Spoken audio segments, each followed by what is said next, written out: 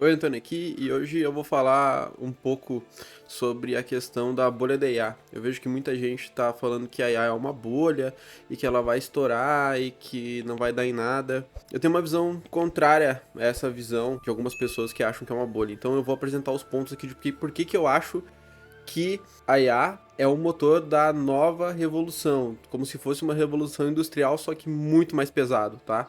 E eu vou trazer alguns dados e especulações para vocês, tá? Então, vamos lá. Todo mundo fala que a gente tá numa bolha, né? Ah, no YouTube, no X, no LinkedIn, todo mundo fala que é uma bolha. Como se fosse a bolha do ponto .com, que basicamente sempre fica falando dos gastos massivos e do lance de eles estão pagando uns aos outros e tal, como se fosse uma pirâmide, alguma coisa assim, né? Então, vamos falar mais sobre isso. A primeira diferença estrutural está no lucro real e nas promessas futuras. Na época do ponto .com, nos anos 2000, era 100 vezes maior a promessa do que o lucro. Era baseado em especulação. E as gigantes da IA hoje, a especulação é de 30 vezes o valor.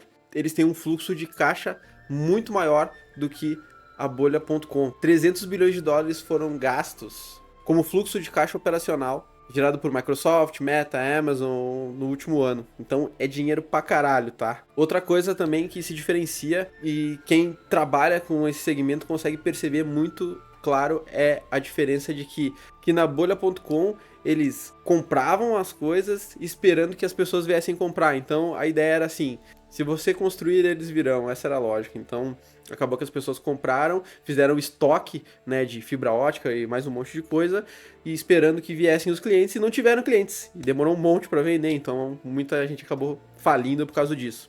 A revolução da IA era diferente. Por quê?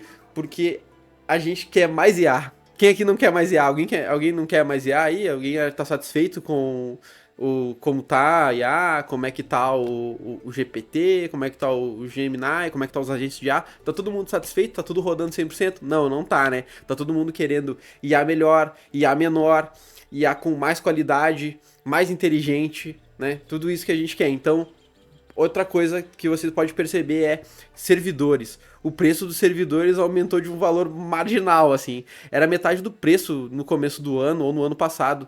E hoje é praticamente o dobro do valor. Então é um negócio que mostra que tem bastante gente querendo alugar servidor para rodar. Eu tenho alguns amigos que têm agência hoje em dia e todos eles têm um servidor próprio. Tipo, para rodar o N8N, rodar algumas automações. Então tu vê que a galera tá querendo mais. E um outro fator relevante é que Google e Microsoft recusaram clientes, porque eles não têm poder de processamento para continuar treinando os modelos deles e treinar os modelos dos outros, né? Então é complicado isso. Eu acredito que tem um mercado bem interessante aí e que daqui a alguns anos ele vai começar a engrenar e dar muita grana. Então, quem tá entrando agora já tá ganhando grana. Essa que é a verdade. Então, vamos pro próximo ponto. A GPU, que é a placa de vídeo, onde ela faz o processamento da IA, né? Que a IA é baseada em GPU, que é placas de vídeo, e não em processadores tipo esses processadores Intel, i7, etc, né? i10, whatever. Ele é na GPU. Diferente de uma shitcoin, que é um investimento merda, que tu vai comprar esperando vender isso aí pra algum otário, antes que alguém puxe o tapete e o negócio caia a zero, né? Que é um gambling, o famoso gambling, que é aposta, né? Fazer uma aposta. A GPU não, ela gera realmente um lucro para quem está utilizando ela. Uma receita anual estimada em 60%, o que faz com que ela se pague em 2 anos e meio. Né? Então, ela é como se fosse um CNC ou um trator ou qualquer veículo assim que tu investe e depois ele vai se pagando com o tempo. Não é um padrão de bolha, é um padrão de revolução industrial. Segundo a economista Carlota Pérez, revoluções tecnológicas seguem um padrão de duas fases. O que estamos vivendo não é uma mania, é uma fase de instalação. Essa Carlota Pérez, ela é uma economista na parte de tecnologia, então vale a pena dar uma olhada no trabalho dela, se você quiser entender mais a fundo. Mas basicamente, a gente está na fase 1, que é a instalação. Então é construção massiva de infraestrutura, capital financeiro no controle, percepção de bolha e excesso de investimento, que é o que as pessoas acham. Nossa, os caras estão investindo e estão tendo ROI negativo. Não, ele é um investimento que médio e longo prazo vai se pagar, né? Então, depois é a fase 2, que é a implantação. Adoção generalizada de tecnologia, capital de produção no controle e a era de ouro, que é quando a gente vai aumentar os ganhos e a produtividade, basicamente. O paradoxo da produtividade. Por que, no final das contas, os ganhos da IA ainda não aparecem no PIB? Existe um conceito que se chama curva J. As tecnologias de propósito geral, como eletricidade, computador e IA, forçam um desvio de gastos da produção imediata para o capital tangível, treinamento, reestruturação, pesquisa e desenvolvimento. Isso causa uma queda inicial na produtividade antes de uma ascensão exponencial. Então, como pode ver no gráfico, parece realmente uma bolha, porque ele começa a ter custos iniciais de adaptação, começa a gastar cada vez mais, e depois que sobe, ele sobe exponencialmente. Você pode ver a era dos computadores em todos os lugares, menos nas estatísticas de produtividade. Robert Solow, Prêmio Nobel de Economia de 1987. O ciclo da adoção é mais rápido do que o anterior. O lag de produtividade da curva J é um padrão histórico. E a boa notícia, ele está encolhendo. Então a gente pode ver a quantidade de tempo que as pessoas começaram a ter a produtividade com certos tipos de tecnologia. A gente começou com o motor a vapor, que demorou 100 anos para as pessoas realmente começarem a utilizar isso, né, em massa. A eletricidade, que demorou 30 anos para ser um negócio standard. Computadores demoraram 20 anos. Software como serviços, como, por exemplo, os famosos SaaS, que a gente utiliza, né? Quem aí não utiliza um SaaS hoje, eu acredito que não está vivendo na realidade normal, porque a gente sempre paga uma mensalidade para algum negócio. Então, demorou 10 anos para isso se tornar um negócio padrão na sociedade. E a IA, a gente tem um tempo estimado de 2 a 5 anos. Como faz 2 anos que a gente começou a utilizar mesmo IA generativa para fazer as coisas, eu acredito que a gente está bem no início e que dá tempo de você conseguir sair na frente ainda e desenvolver algo que vai com certeza te gerar muita grana, tá? Tem muita gente já no mercado que tá ganhando dinheiro hoje com o IA, que é o caso dos meus alunos, o caso de quem trabalha com agentes de IA hoje, implementando para empresas. Se você tiver mais interesse em saber sobre o assunto, você pode clicar no link abaixo aí, que tem o meu curso completo sobre como criar agentes de IA autônomos, perfeito? A IA se beneficia da produção da infraestrutura já existente, nuvens, internet, SaaS, permitindo uma adoção muito mais rápida. Então, porque a gente já tem toda essa infraestrutura de servidor, de System as Service, que a gente pode simplesmente pegar a IA, integrar nesses serviços e ir experimentando com ela, isso vai fazer com que a IA cresça muito rápido, né? Muito mais rápido do que o motor a vapor, por exemplo. O risco real não é um colapso, e sim a obsolescência rápida. Estudo de caso, Cisco dos anos 2000. Era uma empresa massivamente lucrativa vendendo infraestrutura vital para a internet. O pico da bolha, a ação atingiu um PIE de 200x. O que é o PIE? O PIE é o preço que a pessoa paga por o lucro da empresa. Então a pessoa estava pagando muito mais pelo lucro do que realmente era o ideal. Então o negócio foi baixando, e ele demorou 25 anos para atingir o valor máximo de novo. Então ele explodiu a bolha e continuou e depois cresceu de volta. Então ele tecnicamente não valeu menos do que ele valia antes, né?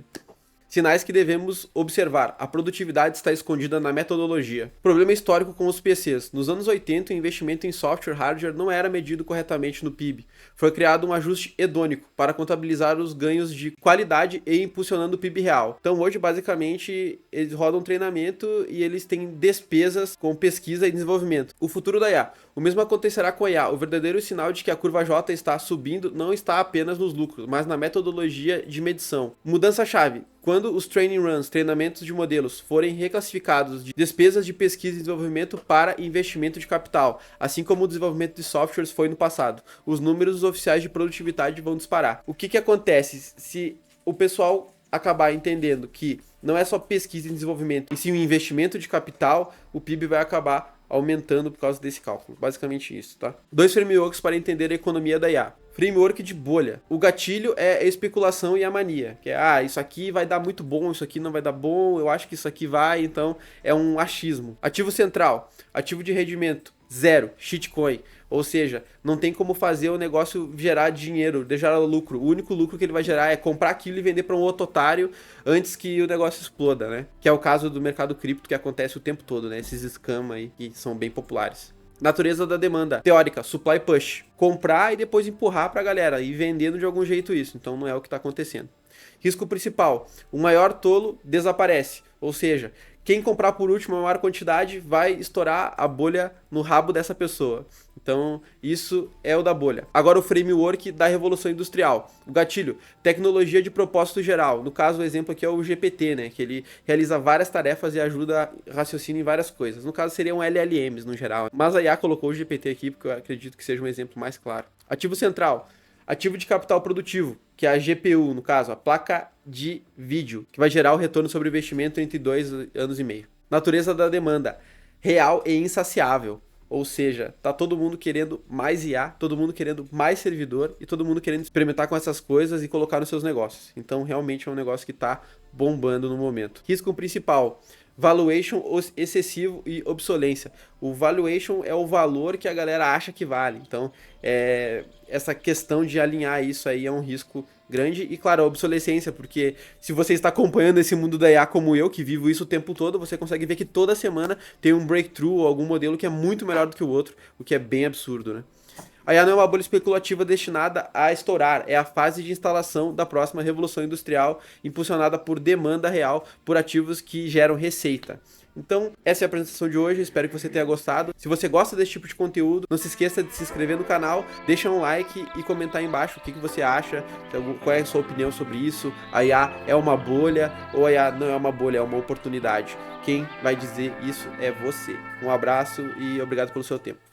You walk out like a woman in super rain. Won't even bother now to tell me why. You come along, living on my bus, saving the nightmares, leaving me broken another time. You come on like a bloodstained hurricane. Leave me alone, let me be this time. You carry on.